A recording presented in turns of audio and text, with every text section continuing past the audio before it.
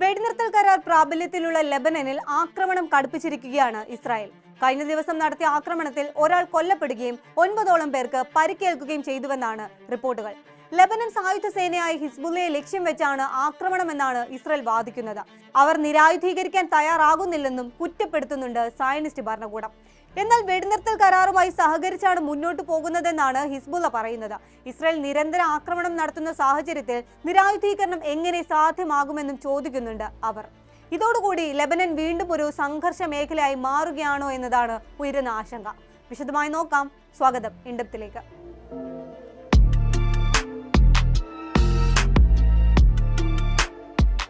കഴിഞ്ഞ വർഷം നവംബർ 27-നായിരുന്നു അന്നത്തെ അമേരിക്കൻ പ്രസിഡന്റ് ജോ ബൈഡന്റെ നേതൃത്വത്തിൽ ലെബനനും ഇസ്രായേലും തമ്മിൽ വെടിനിർത്തൽ കരാറിൽ ഒപ്പിടുന്നത്.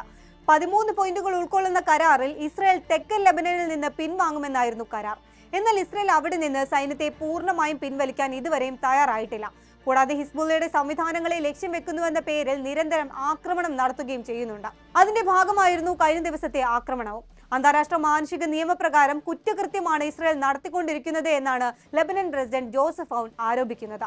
വെടിനിർത്തൽ പ്രാബല്യത്തിൽ വന്ന ഏകദേശം 1 വർഷം കഴിഞ്ഞിട്ടും ചർച്ചയിലൂടെയുള്ള എല്ലാ ഒത്തുതീർപ്പുകളെയും നിരസിക്കുന്ന നിലപാടാണ് ഇസ്രായേൽ സ്വീകരിച്ചിട്ടുള്ളത് എന്നും കുറ്റപ്പെടുത്തുന്നുണ്ട് അദ്ദേഹം. അടുത്തിടെ തെക്കൻ ലെബനനിലെ UN സേനയ്ക്ക് നേരെയും ഇസ്രായേൽ ആക്രമണം നടത്തിയിരുന്നു. ഹിസ്ബുള്ള നിരായുധീകരിക്കുന്നില്ല എന്ന കാരണം ചൂണ്ടിക്കാട്ടിയാണ് ഇസ്രായേലിന്റെ സൈനിക നടപടികൾ അത്രയും. എന്നാൽ രാജ്യത്തിന് മേൽ യുദ്ധം അടിച്ചേൽപ്പിക്കുകയും ആക്രമണം അവസാനിപ്പിക്കാതിരിക്കുകയും ചെയ്യുന്ന ശത്രുവിനെ പ്രതിരോധിക്കാനുള്ള അവകാശം തങ്ങൾക്കുണ്ടെന്ന നിലപാടിലാണ് ഹിസ്ബുള്ള. നിലവിൽ ഇതുവരെയും ഇരു രാജ്യങ്ങളും തമ്മിൽ നേരിട്ടുള്ള ചർച്ചകളൊന്നും ആരംഭിക്കാൻ സാധിച്ചിട്ടില്ല.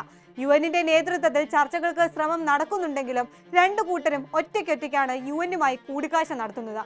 ലെബനന്റെ ആഭ്യന്തര വിഭജനം മുതലെടുത്ത് സുരക്ഷാ പ്രവർത്തനങ്ങൾ എന്നതിന്റെ മറവിൽ ഇസ്രായേൽ ആക്രമണം തുടരുകയാണെന്ന് ഹിസ്ബുള്ള ആരോപിക്കുന്നു.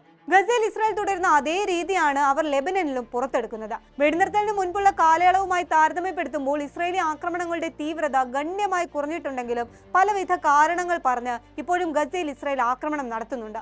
ലെബനനിൽ ഏകദേശം 4000-ലധികം പേരെയാണ് ഇസ്രായേൽ കഴിഞ്ഞ 2 വർഷത്തിനിടെ കൊലപ്പെടുത്തിയത്. ലെബനനിൽ മാത്രമല്ല, സിറിയ, വെസ്റ്റ് ബാങ്ക് ഉൾപ്പെടെയുള്ള പ്രദേശങ്ങളിലും ഇസ്രായേൽ ആക്രമണം നടത്തുന്നുണ്ട്. പശ്ചിമേഷ്യൻ മേഖലയെ ഒന്നടങ്കം അസ്ഥിരമാക്കുകയാണ് ഇസ്രായേലിന്റെ ലക്ഷ്യമെന്നാണ് വിദഗ്ധർ വിലയിരുത്തുന്നത്. കഴിഞ്ഞ ദിവസമാണ് ഹമാസിനെ പൂർണ്ണമായും നശിപ്പിക്കുന്നത് വരെ ഗസയിൽ ആക്രമണം തുടരുമെന്ന് ഇസ്രായേൽ പ്രതിരോധ മന്ത്രി ഇസ്രായേൽ കാറ്റ്സ് വ്യക്തമാക്കിയത്. വെടിനിർത്തലിന് ശേഷം മാത്രം 240-ലധികം ഫലസ്തീനികളെയാണ് ഇസ്രായേൽ ഗസയിൽ കൊലപ്പെടുത്തിയത് എന്നാണ് റിപ്പോർട്ടുകൾ സൂചിപ്പിക്കുന്നത്.